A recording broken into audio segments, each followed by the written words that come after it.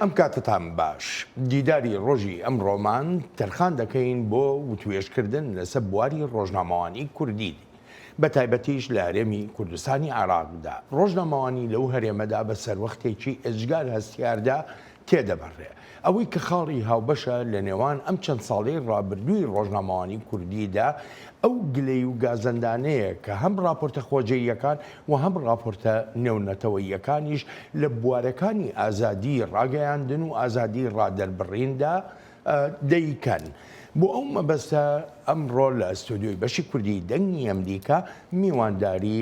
نیاز عەبدوڵڵا نووسەر و ڕۆژنامەوان دەکەین. نیاز خانم زۆر سپاس بۆ ئامادەبوونت. با یەکەم پرسیارم لە سەبارەت بە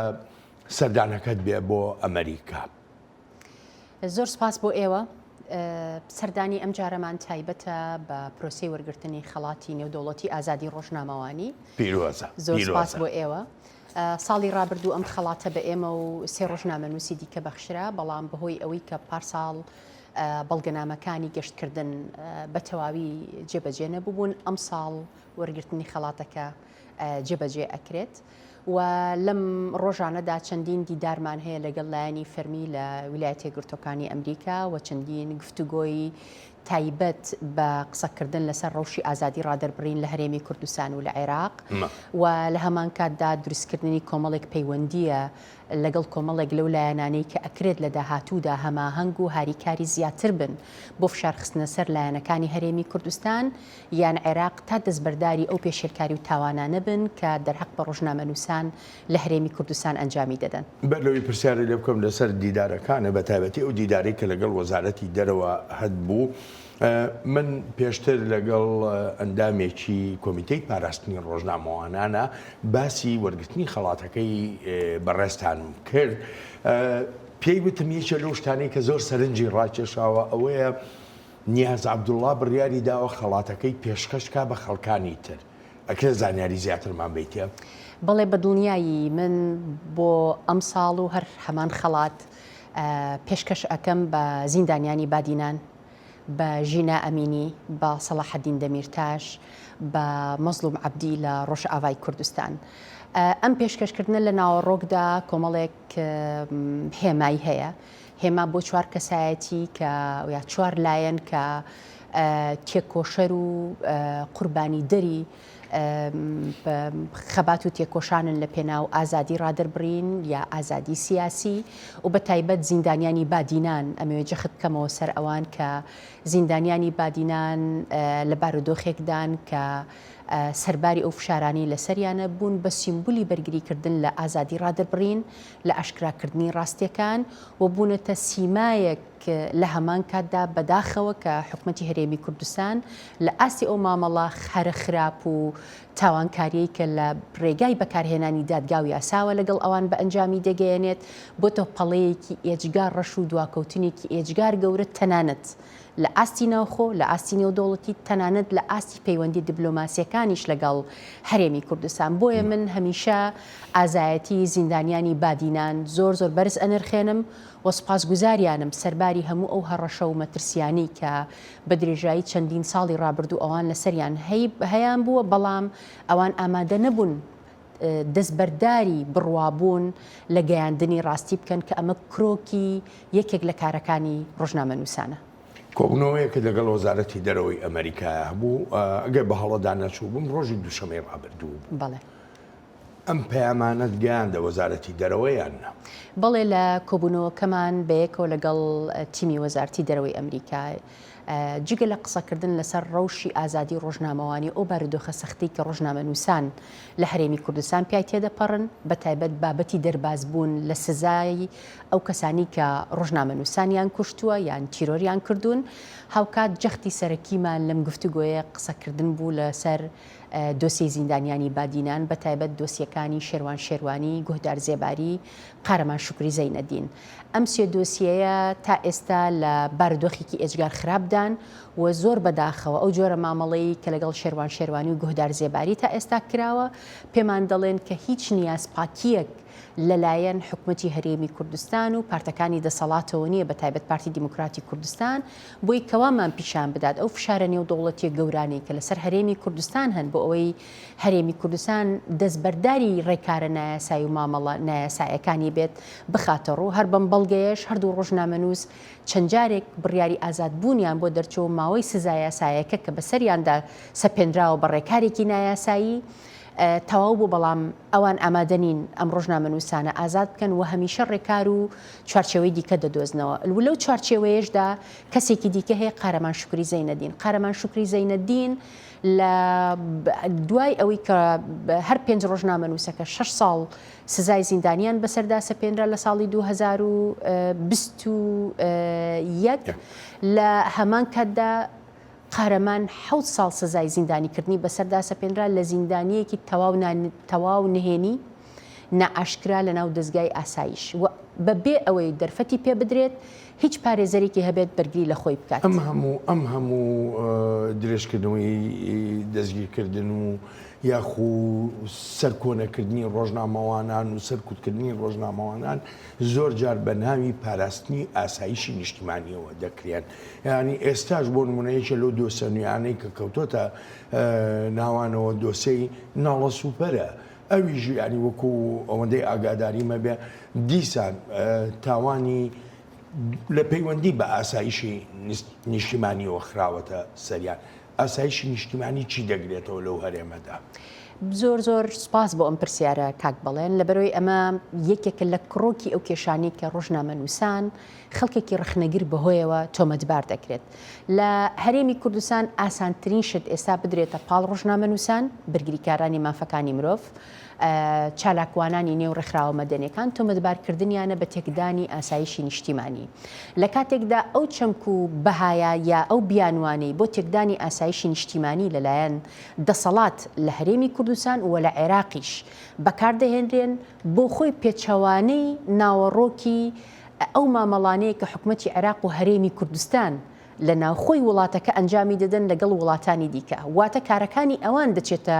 چوارچەوەی تێکدانی ئاسایشی نیشتیمانیەوە نەک کاری ڕۆژنامەنووسان و بە پێچەوانەوە ئەوەی کە ڕۆژنامەنووسان وەک بەها بەرگری لێ دەکەن لە بەرگریکردن لە ئاشکراکردنی ڕاستیەکان، بەرگریکردن لە پرەنسیپەکانی مافەکانی مرۆڤ و ئاشکراکردنی دۆسیەکانی گەندەڵی، هەموو ئەمانە دەچێتە چوارچێوەی ڕێزگرتن لە بەهاکانی دیموکراسی و ئێمە ئەزانین بەبێت چاودێریکردنی میدیا لە هیچ پرۆسەیەکی سیاسیدا کە ئەم چاودێریە ون بوو لەلایەن ڕۆژنامەنووسانە ناتوانانی بڵیت پرەنسیپەکانی دیموکراسی لە وڵاتەدا جێبەجێ دەکرێن. واتە ئەمە بووە بە بیانوویەک بەدەست دەسەڵاتی هەرێمی کوردستانەوە. خەڵک خۆپێشاندانەکات داوای موچەی خۆیەکە حکوومەتی هەرێم تۆمەتباریانەکە یا بەرپرسانی دەستگا حزبەکان پێیانەڵێن ئێوە ئاسایشی نیشتیمانی تێکەدەن. لە کاتێکدا خەڵک لە هاژاریدا لە نەداریدا لە بارودۆخێکی سیاسی مەترسیدار دەژی و لە هەمان کاتدا تەنانەت ئەو کەسانی کە وەک ڕۆژنامەنووس دۆسیەکانی بۆمبارانی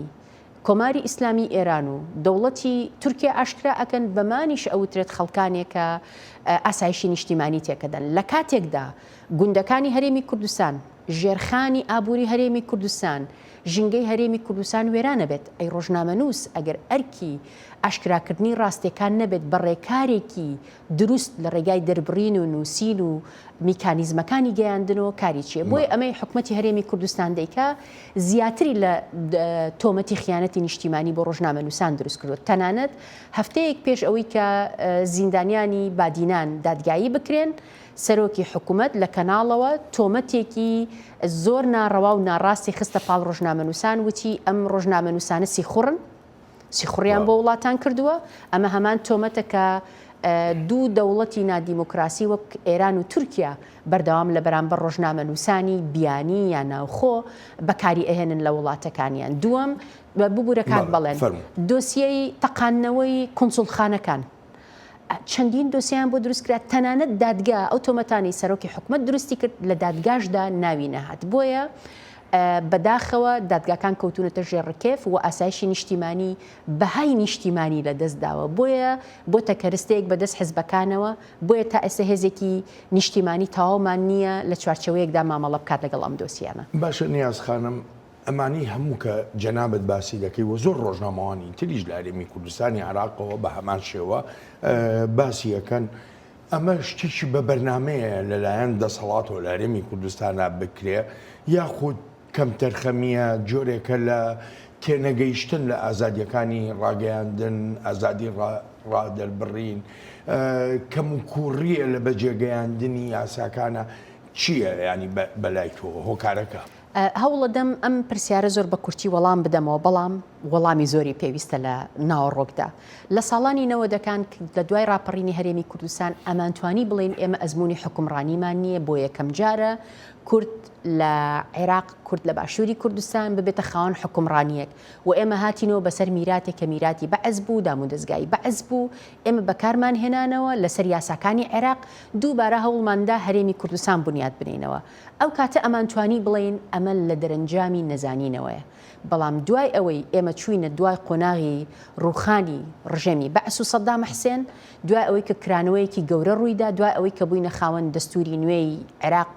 وە کورد مافەکانی چەسپا بنەماکانی دیموکراسی کۆمەڵێک بنەمای دیکەی گردوونی لە نێو یاساکەدا چەسپان سەرباری کۆمەڵێک کەمە کورتی و سەرنج هەرێمی کوردستان کرانەوەی بەخۆیەوە بینی یاسای کاری ڕۆژنامەگەریمان هێنایەکایەوە یاسای دەستخستنی زانیاری یاسای ڕێخستنی مافەکانی خۆپێشاندان یاسای ڕێکخراوە حکوومیەکان یاسای بەرەنگاربوونەوەی توندوتیژی خێزانی کاک بەڵێن ئەم یاسایانە سەرباری سەرنجەکانمان لەسەری لە باشترین یاساکانی ڕۆژهەڵاتی ناوەڕاست بوون بەراورد بە وڵاتەکانی دیکەش و تەنانەت عێراقیش بەڵام لە هەمان کاتدا هەرێمی کوردستان و پارتەکانی دەسەڵات بە تایبەت پارتی دیموکراتی و یەکێتی نیشتیمانی کوردستان کاتێک کەزانیان ئەم کرانەوەیە لە زەرری ئەوان کۆتایی پێدێت خەڵک باز لە دۆسەی نەوتەکە ڕاستیەکان ئاشکرا ئەکرێن خەڵک هوشیارەکی زۆری بۆ بڵاو بۆتەوە میدیای ئازاد سربەخۆ و پاڵپشتی چەندین ڕێکخراوی نێودوڵەتی دیموکراتی خواست کە بەرگریان لە بەهاکانی دیموکراسی و ئازادی ڕادەربڕینە کرد لە ڕێگەی میدیا و بە تایبەت پرەنسیپەکانی یاساش ئیتر ئەم کارانە لە ڕێگای حکوومەتی هەرێمی کوردستانەوە گۆڕا بۆیە هەنگاوێکی پێچوانە دەستی پێکرد بەرەو داخرانی هەرێمی کوردستان بەرەو ئەوەی کە هەرێمی کوردستان هەموو ئەم پێشێلکاریانی ئیتر بۆ لەمە دووە ئێمە بڵێن هەموو کوشتنی ڕۆژنامەنووسان کە حقیقەتەکەی ئەوەیە بە پلان بووە 6-5 ڕۆژنامەنووسمان تا ئێستا لە هەرێمی کوردستان تیرۆر کراون و هەر هەموو تاوانباران و بکوژانیان دەربازیان بۆ لە یاسا لە کاتێکدا لە تەواوی ئەم دۆسی کوشتنانەدا سنووری دەسەڵاتی یەکێتی نیشتیمانی کوردستان و پارتی دیموکراتی کوردستان و هێزە ئەمنیەکانیان بەرپرسیارن و راپۆرتە نێودوڵەتیەکانیش هەنێکیان بە تایبەت بۆ نمونە لە تیرۆرکردنی سەردەش عوسماندا ئەوەی کە لە ڕێگەی مانگی دەستکردەوە وێنەکان دەستگیراوە تەنانەت سەرۆکی حکوومەتی ئێستا لە هەرێمی کوردستان تۆمەتبارەکەن کە راپۆرتێکە فری پرێس ئەنلیمیتد پامنێرانی بێسنوور CPJ بەیەکەوە بە هاوبەشی کردویانە خاڵێکی تر بەڵام ئەگەر یارمەتیم بێت ئێمە زۆر راپۆرت دەبینیم بە تایبەتی لەسەر ئاستی نێونەتەوەی راپۆرتەکانی CPJ Human Rights Watch Amnesty International و چەندان راپۆرتی تریش تەنانەت لە راپۆرتی وەزارەتی دەرەوەی ئەمریکا راپۆرتی ساڵانەی سەبارەت بە ڕەوشی مافەکانی مرۆڤ ئەم هەموو گلەی و گازەندانە دەکرێت ئەم هەموو ڕاستیانە خراونەتە ڕوو بەڵام لە هەمان کاتیشدا بۆ نمونە دیندار زێباری وەکو ڕێکخەری ڕاستپاردە نێونەتەوەییەکان یعنی بەردەوام نکوڵی لەو ڕاستیانە دەکا ئەو نکوڵیکردنە هیچ یارمەتیشانەدا بەر لە هەر شتێک ئەو پۆستەی دیندار زێباری پۆستێکە کوریای باکووریش نیەتی پۆستێکە پێچەوانەی هەموو تێگەشتێکی دیموکراسیە هەرگیز نەبوو تۆ دانیشیر وەڵامی راپۆرتە نێودوڵەتیەکان بدەیتەوە راپۆرتە نێودوڵەتیەکان چۆن مامەڵەی لەگەڵەکرێت یان یاسا نێودوڵەتیەکان بۆ نمونە هەرێمی کوردستان لە چوارچێوەی عێراقدایە عێراق واژووی لەسەر کۆمەڵێک یاسای نێودوڵەتی کردووە هەرێمی کوردستان لەگەڵ عێراق پێویستە پابند بن بە جێبەجێکردنی هەموو ئەم پرەنسیپە گردوونی و یاسا نێودوڵەتیانە کە بەهاکانی دیموکراسی و ئازادی ڕادەربڕین و مافەکانی مرۆڤ بە شێوەیەکی گشتی لە خۆی دەگرێت هەر سەرپێچکیەک کە ئەکرێت ڕێکخراوە نێودوڵەتیەکان لە چوارچێوەی ئەم بەها گردوونیانە و ئەو یاسانی کە عێراق واژووی کردووە هەرێمی کوردستانیش پێویستە پێوەی پابند بێت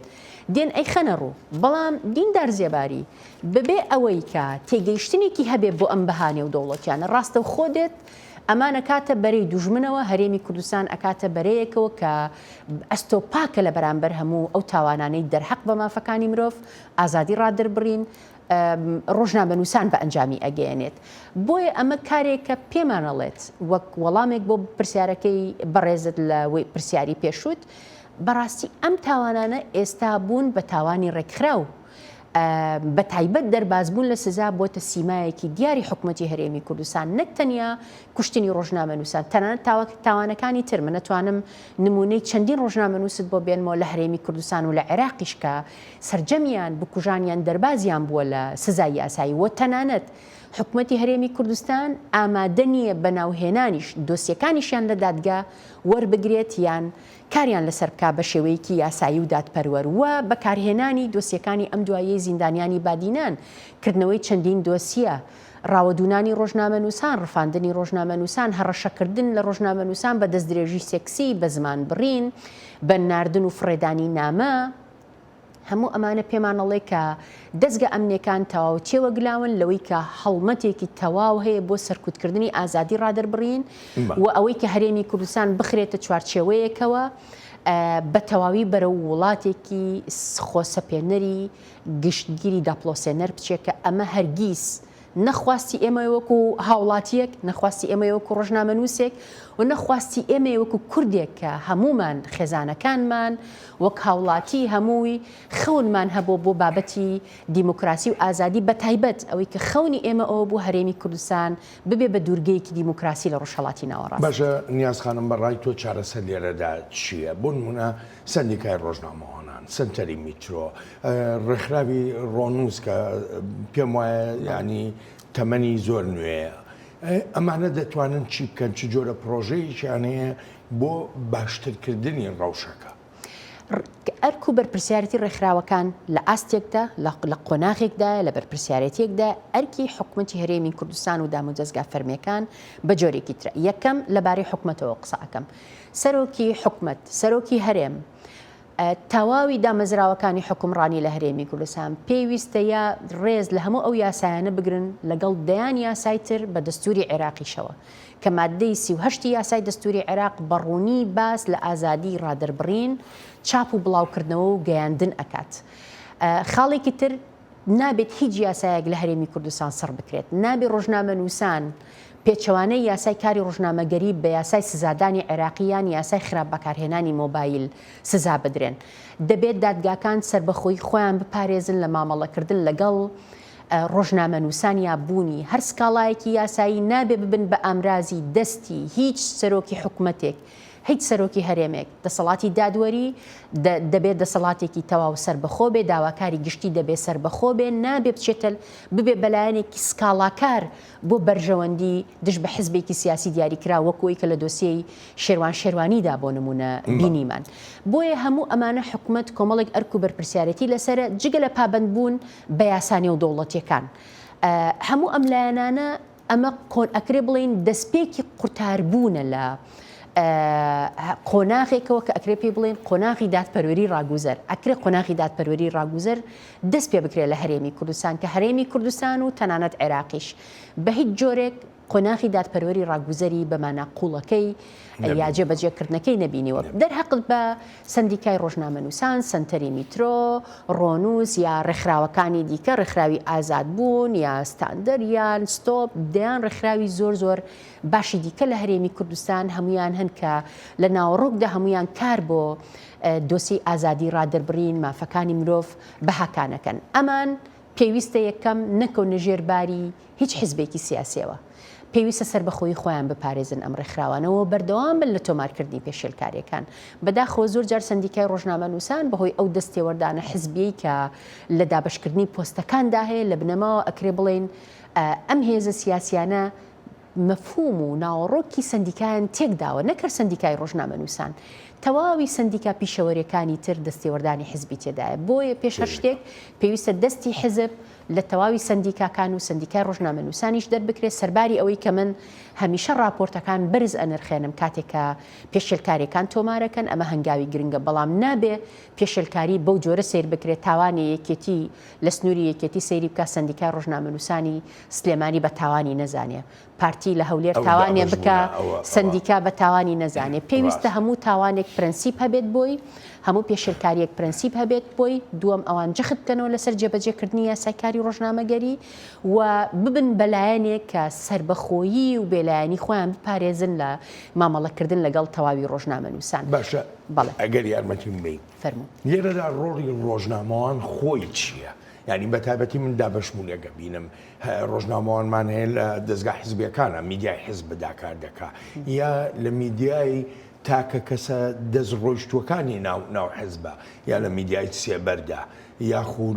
لەو پەرتەوازایی کە لە میدیا دروست بۆ ناوی لێنراوە میدیای بێدایک و باوک منەمێ بزانم ڕۆڵی ڕۆژنامەوان لێرەدا خۆی چییە چۆن نەتوانێت بەرەنگاری ئەو هەموو جۆرە سەرکوتکردانە بێتەوە. پرسیارێکی زۆر گرنگە کاک بەڵێن چونکە ئەرکو بەرپرسیارەتی ڕۆژنامەوان تەنیا ئەوە نیە قەڵەمێکی لە دەست بێت و هەرچیەک فەرمانی پێکرا لە دەستگا ڕۆژنامەوانێکەوەی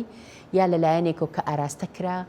کە پێچەوانی بەهاو پرەنسیپە ڕۆژنامەوانەکان بوون کە ئێمە باسمان لە یاسا و پرەنسیپەکان کرد لە گەیاندنی ڕاستی و تێکەڵکێش بە پرەنسیپەکانی دیموکراسی و مافەکانی مرۆڤ نابێ پێچەوانی ئەمانە ڕۆژنامەنووس مامەڵە بکە. ڕۆژنامەنووس کۆمەڵێک لە دنیا چەندی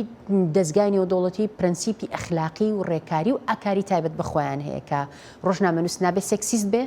ڕۆژنامەنووس نابێ زانیاری تەزویر بکە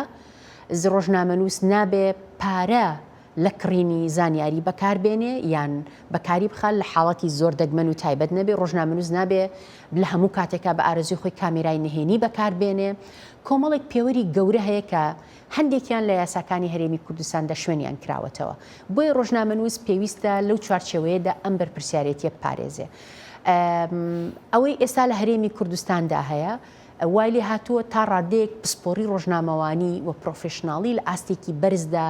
پێویست نییە لە ڕووی بەها ئەخلاقی و ئیتیکیەکانەوە بەقەت ئەوەی کە بۆتە ئەوەی ئەم ڕۆژنامەنووسە چەند ئەتوانێت ببێتە ئامرازی دەستی ئەو هێزە سیاسیانە بۆ نمونە لە قۆناغێکدا ئێمە ئەمان بینی لە شەڕی ناوخۆدا پارتی دیموکرات و یەکێتی نیشتیمانی کوردستان چەک و دەبابەیان دژ بە یەکتر بەکارەهێنا ئێستا ئەم دوو هێزە سیاسیە میدیا وەکو چەک و دەبابە دژ بە یەکتر بەکارەهێنن و لە دەرەنجامدا ئەمە بۆتە هۆکاری ئەوەی کە باری دەرونی خەڵک باری سایکۆلۆژی خەڵک بە شێوەیەکی تەواو تەنانەت کارکردنە سەر ئاستی خۆشی خەڵک هەستکردن بە ئومێد یا بە ئومێدی هەر هەمووی ڕنگدانەوەی هەبێت لەسەر ژیانی ئەم هاوڵاتیانە تەنانەت ئەم مەترسی کە بەشێکی ئەم ڕۆژنامەنووسانە لە ڕێگەی فەیک نیوزەوە دروستیان کردووە بۆتە هۆکاری ئەوەی زانیاری ناڕاست کاریگەری هەبێت لەسەر بڕاردانی خەڵک بۆ نمونە لە هەندێک جار تاوانێکێ هێزەکانی دەسەڵات حیزبە سیاسیەکان میدیای بێدایک و باوک میدیای سێبەر میدیای حیزبی میدیای ئۆپۆزیسیۆن دەرەوەی ئۆپۆزیسیۆن میدیای ئیسلامی نائیسلامی هەمویان هەوڵەدەن بیشارنەوە چاواشەکاریەکی گەورە هەیە بۆی کە هەموو ئەم ڕۆژنامەنووسانە کار بکەن بۆ شاردنەوەی ئەم زانیاریە وەک ئەوەی لە دۆسیی سەردەش عوسمان و تیرۆکردنی ڕۆژنامەنووسەکاندا بینیمان لە چەندین دۆسیەی دیکەدا هەموو ئەمانە ڕوویان داوەیان کاتێک کە یاسایەک دەردەچێت یان هەرێمی کوردستان ڕوبەڕووی قەیرانێکی گەورە دەبێتەوە بۆی ڕۆژنامەنووسان لەژێر باری ئەرک و بەرپرسیارەتێکی گەورەدان بۆ ئەمەش کاک بەڵێن پێویستە ڕۆژنامەنووسان ئاگداری یاسا ناوخۆیەکان بن ئاگداری یاسانی و دەوڵەتەکان بن ئاگداری پرەنسیپەکان بن و ڕۆژنامەنووسان ماوە هەڵسەنگاندن بۆ خۆیان بکەن کە ئەمەش کارێکی قورس نییە و ئێمە هەمیشە وتومانە هەر ڕۆژنامەنووسێک لەو چوارچێوەیەدا پێویستی بە ڕاهێنانی ڕۆژنامەوانی بوو پێویستی بە ڕاهێنان بوو پێویستی بە ڕاوێژی یاسایی بوو هەر یەکێک لەم لایەنانە خەڵکی وەکو ئێمە ئەتوانین بە بەردەوامی هاریکاریان بکەین وەکوی کە لە ماوەی ڕابردوودا کردومانە بۆ بەهاناوە چوونی یان یارمەتیدانی ژمارەیەکی زۆر لە ڕۆژنامەنووسان بە پێ ئەوەی کە لە تواناماندا بوو بێت. نیازخانم بەداخەوە کاتی دیدارەکەمان بەرەو کۆتاییە ڕوامە ئەمە بکەمە دوا پرسیارم هەموو ئەمانەی کە باسمان کرد چەندە کاریگەریان هەبوو بەسەر بەرتەسەکردنەوەی ڕووبەرەکانی میدیای سربەخۆ یان میدیای بێلایەن. بەدڵنیایی ساڵانی ڕابردوو پارە لە بری گولە بەکارهێنراوە کاک بەڵێن پارە لە بری گولە چۆن پێشتر ڕۆژنامە نووسان ڕاستەوخۆ ئەکوژران کاتێک کە مۆدیلی میدیای سێبەر و کۆمەڵێک میدیایی سەر بە دەستگای زانیاری و پاراستن هاتنە ئاراوە زۆر بەداخۆ کە هیچ میدیایەک نابێت لەگەڵ دەستگا ئەمنیەکاندا کار بکەنیان ببن بە کەسی ئەندامی مەکتەبی سیاسی و ئەم جۆرە بەرپرسانە هەرچەند لە یاسایی پارتە سیاسەکان لە هەرێمی کوردستان ڕێگا دراوە حزبی سیاسی کەناڵی هەبێ بەڵام ڕێگا نەدراوە دەستگای پاراستن و زانیاری میدیایان هەبێت دەستگای ئاسایش نابێت بەم جۆرە درۆ بچێتە ناو دەستگای میدیایەوە یان ببن بە زمان حاڵی کۆمەڵێک دەستگای ڕۆژنامەوانی لەم شتانەدا پرەنسیپی نیشتیمانی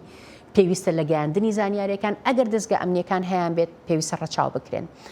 بۆیە هەموو ئەمانە کاریگەری کردوتە سەر بەرتەسکردنەوەیەکی فراوانی ئازادی ڕادەربڕین تەنانەت هەندێک خەڵک هاوڵاتی کاتێک کە چاودێری میدیاکان دەکەن وەکو وەرگری پەیامی میدیاکان دەڵێن هەرێمی کوردستان بۆ بە زیندانێکی گەورە هەمومان لە ناو زیندانێکدا دەژین و زیاتر لەوە من ئەڵێم هەرێمی کوردستان و عێراق بوون بە دۆزەخێک بۆ ڕۆژنامە نووسان و کاری ڕۆژنامەوانی چونکە بە مانایەک یاساکان بە تەواوی بەرەو بەرتەسک بوونەوە و جێبەجێنەکردن ڕۆیشتون خاڵی دووەم ئەم تاوان و پێشێلکاریانە لە خاڵێکدا ناوەستێ بەردەوامە دادگاکان بۆ تۆڵەکردنەوە بەکارهێنرێن ئێمە دژی بەکارهێنانی دادگاکانین بە ڕێکاری یاسایی ئەڵێن هەر کەسێک سکاڵای هەبێت ڕۆژنامە نووسیش شیاوی ئەوەیە کە تاوانەکانی بڵاوکردنەوە ئەنجام بدا بە پێی یاسا بەڵام بۆ ئەمە ڕێکاری یاسایی هەیە ورن پەنابەرنەبەر یاسا بەڵام بەمەرامی تۆڵەکردنەوە دژ بە ڕۆژنامە نووسان بەکاری نێنن بۆیە میدیا لە هەرێمی کوردستان پێویستی بە پێداچوونەوەیەکی زۆر گەورە هەیە پێویستی بەوەیە کە ڕۆژنامە نووسەکان ئامادە بن بۆ لەمە دووە لەگەڵ ئەو بەها گەورە نێودوڵەتیانی کە لە دنیادا بەڕێوە دەچێت و جەختی لێ دەکرێتەوە ئەمان ئامادە بن ئەم بەهانە وەرگن ڕاستە پارە بژێوی داهات هەموو ئەمانە گرنگن بۆ مرۆڤ بەڵام لەوە گرنگتر ئەوەیە کە تۆ بە پێی چ پرەنسیپێک کارەکەی ئەگەر دکتۆرێک مەترسی هەبێت لەسەر تەنیا یەک نەخۆشێک بۆی ژیانی بخاتە مەترسیەوە زانیاریەکی هەڵەی ڕۆژنامە نووسان ئەکرێ کۆمەلگایەک بەیەکدادان و شەڕ دروست بکات هەرچەنە گوتم دووە پرسیارم بەڵام زۆر بە کورتی وەڵامی ئەمەم دەرەوە نیاز عەبدوڵڵا وەکو ڕۆژنامەوانێکی خاوەن ئەزمون وەکو چالاکوانێکی ینی خاوەنی ئەزمونێکی ئەجگار بەرفراوە چەندێک گەشببینی بەوەی کە ئەم ڕەوشە چاک بێە ئەو پێداچوونەوە گەورەی کە جەنابەت باسیەکەی ئەو پێداچوونەوەیە بکرێ زۆر بە کورتی تکایە ئازایەتێکی زۆرمان پێویستە ڕێگایەکی زۆر سەختمان لە پێشە ناوەستین بەردەوامە بین چونکە وەستان لە خاڵێکدا واتە گەڕانەوەیەکی زۆر فراوانترە بۆ دواوە تەسلیمبوون و قبولکردنی ئەو واقع مەترسیدارەیە کە هەیە نیاز خانم زۆر سپاس دەکەم بۆ تەواوی تێبینی و سەرنجەکانت سپاس و پێزانین زۆر سپاس و پێزانین و ئەم خەڵاتەی من پێشکەش بە ئێوە بە ئازایەتی ئێوە هەموو ڕۆژنامە نووسانی هەرێمی کوردستانی سپاس دەکەین ئەلبەتە ئازیزانم سواسی بێپایانم بۆ ئێوەی خۆشەویستە کە تا ئێستا لەگەڵماندا بوون تا دیدارێکی نوێ هەر لە خۆشیە جێتان بێڵی